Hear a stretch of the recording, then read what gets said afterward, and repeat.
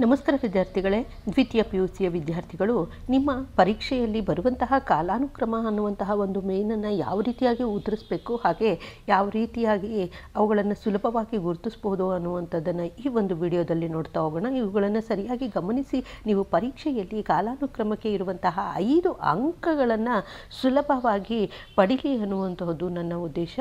ನೀವು ಕೂಡ ಸರಿಯಾಗಿ ಅಭ್ಯಾಸವನ್ನು ಮಾಡಿ ಈ ಕಾಲಾನುಕ್ರಮಕ್ಕೆ ಇರುವಂತಹ 5 ಅಂಕಗಳನ್ನು ಪಡಿತೀರಾ ಅನ್ನುವಂತಹ ಉದ್ದೇಶ ಈ ಒಂದು ವಿಡಿಯೋವನ್ನು ಕೊಡ್ತಾ ಇದ್ದೇನೆ. ಅದರಲ್ಲಿ ನಿಮ್ಮ ಪರೀಕ್ಷೆಯಲ್ಲಿ ಕೇಳಬಹುದಾದಂತಹ ಕಾಲಾನುಕ್ರಮದಲ್ಲಿ ಬರೆಯಿರಿ ಅಂತ ಕೊಡ್ತಾರಲ್ಲ, ಅವುಗಳನ್ನು ಯಾವ ರೀತಿಯಾಗಿ ಕೇಳ್ತಾರೆ ಅನ್ನುವಂಥದ್ದನ್ನು ಇಲ್ಲಿ ಒಂದು ಕಾಲಮನ್ನು ಕೊಡಲಾಗಿದೆ. ಅದರಲ್ಲಿ ಎಲ್ಲವುಗಳನ್ನು ಕೂಡ ಉತ್ತರವನ್ನು ಕೂಡ ಕೊಡ್ತಾ ಹೋಗ್ತಾರೆ. ನೋಡಿ, ಇಲ್ಲಿ ಕೊಟ್ಟಿದ್ದಾರೆ ಕಾಲಾನುಕ್ರಮದಲ್ಲಿ ಇವುಗಳನ್ನು ಬರಿಬೇಕು ಅಂತ. ಆರ್ಯರ ಆಗಮನ, ಶಿವಾಜಿಯ ಕಿರೀಟಧಾರಣೆ, ಹಾಗೆ 4ನೆಯ ಆಂಗ್ಲೋ ಮೈಸೂರು ಯುದ್ಧ, ಮತ್ತು ತಕ್ಕೋಳಂ ಕದನ, ತಾಳಿಕೋಟೆ ಕದನ ಅಂತ ಕೇಳಿದ್ದಾರೆ.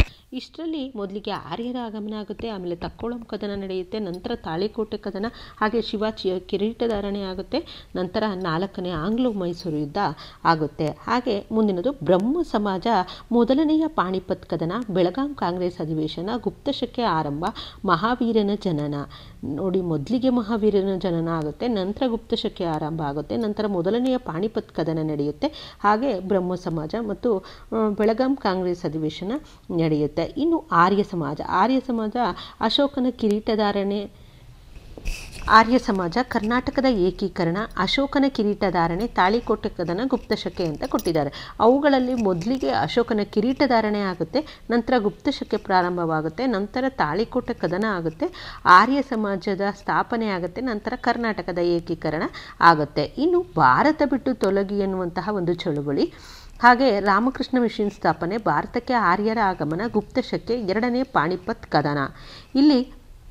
ಇಲ್ಲಿ ಕೊಟ್ಟಿರುವಂತಹ ಕಾಲಾನುಕ್ರಮಗಳಿಗೆ ಸರಿಯಾಗಿ ಬರೀಬೇಕಾದಾಗ ಭಾರತಕ್ಕೆ ಆರ್ಯರ ಆಗಮನ ಆಗುತ್ತೆ, ಆಮೇಲೆ ಗುಪ್ತಶಕೆ ಪ್ರಾರಂಭವಾಗುತ್ತೆ, ನಂತರ 2ನೆಯ ಪಾಣಿಪತ್ ಕದನ ಆಗುತ್ತೆ, ಇನ್ನು ರಾಮಕೃಷ್ಣ ಮಿಷನ್ ಸ್ಥಾಪನೆ ಆಗುತ್ತೆ, ಭಾರತ ಬಿಟ್ಟು ತೊಲಗಿ ಚಳುವಳಿ ಆಗುತ್ತೆ. ಇನ್ನು ಮುಂದಿನದು ವಿಕ್ರಮಶಕೆ, ಬುದ್ಧನ ಜನನ, ಅಸಹಕಾರ ಚಳುವಳಿ, ವಿಜಯನಗರ ಸಾಮ್ರಾಜ್ಯದ ಸ್ಥಾಪನೆ, ಅಲಿಗಢ್ ಚಳುವಳಿ. ಬುದ್ಧನ ಜನನ ಮೊದಲಿಗಾಗುತ್ತೆ, ಆಮೇಲೆ ವಿಕ್ರಮಶಕೆ ಪ್ರಾರಂಭವಾಗುತ್ತೆ, ವಿಜಯನಗರದ ಸಾಮ್ರಾಜ್ಯ ಸ್ಥಾಪನೆ ಆಗುತ್ತೆ, ಮತ್ತು ಅಲಿಗಢ್ ಚಳುವಳಿ ಆಗುತ್ತೆ, ಹಾಗೆ ಅಸಹಕಾರ ಚಳುವಳಿ ಆಗುತ್ತೆ. ಮುಂದಿನದು ವಿಕ್ಟೋರಿಯಾ ರಾಣಿಯ ಘೋಷಣೆ, ರಾಜ ತೋದರಮಲ್ಲನ ಕಂದಾಯ ಪದ್ಧತಿ, ಬಸವೇಶ್ವರರ ಜನನ, ಕಾನಿಷ್ಕನ ಸಿಂಹಾಸನಾರೋಹಣ, ಕನ್ನೆಗಾಲ್ ಕದನ. ಇಷ್ಟರಲ್ಲಿ ಬರುವಂಥದ್ದು ಮೊದಲಿಗೆ ಕಾನಿಷ್ಕನ ಸಿಂಹಾಸನಾರೋಹಣ ಆಗುತ್ತೆ, ಆಮೇಲೆ ಕನ್ನೆಗಾಲ ಕದನ ಉಂಟಾಗುತ್ತೆ, ನಂತರ ಬಸವೇಶ್ವರರ ಜನನ ಆಗುತ್ತೆ, ರಾಜ ತೋದರಮಲ್ಲನ ಕಂದಾಯ ಪದ್ಧತಿ ಆಗುತ್ತೆ, ಆಮೇಲೆ ವಿಕ್ಟೋರಿಯಾ ರಾಣಿಯ ಘೋಷಣೆ ಆಗುತ್ತೆ. ಮುಂದಿನದು ಕನ್ನಡ ಸಾಹಿತ್ಯ ಪರಿಷತ್ತಿನ ಸ್ಥಾಪನೆ, ರಮಾನಂದರ ಮರಣ, ಮಹಾವೀರನ ಜನನ, ಭಾರತಕ್ಕೆ ಪಾಹಿಯಾನನ ಆಗಮನ, ಬೆಂಗಳೂರಿನ ನಿರ್ಮಾಣ.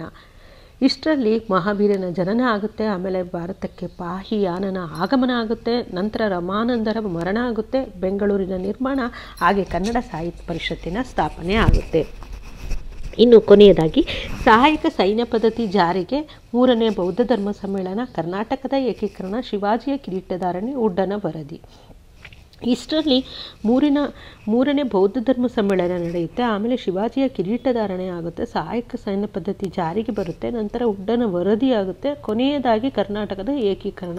ನೋಡಿ, ಇಷ್ಟು ನೀವು ಕಾಲಾನುಕ್ರಮದಲ್ಲಿ ಬರೆಯೋದನ್ನು ಸರಿಯಾಗಿ ಒಂದು ಪ್ರಾಕ್ಟೀಸ್ ಮಾಡಿದರೆ ಸುಲಭವಾಗಿ ನೀವು ಪರೀಕ್ಷೆಯಲ್ಲಿ 5 ಅಂಕಗಳನ್ನು ಪಡೆಯುವುದರಲ್ಲಿ ಯಾವುದೇ ರೀತಿಯಾದಂತಹ ಅನುಮಾನ ಇಲ್ಲ.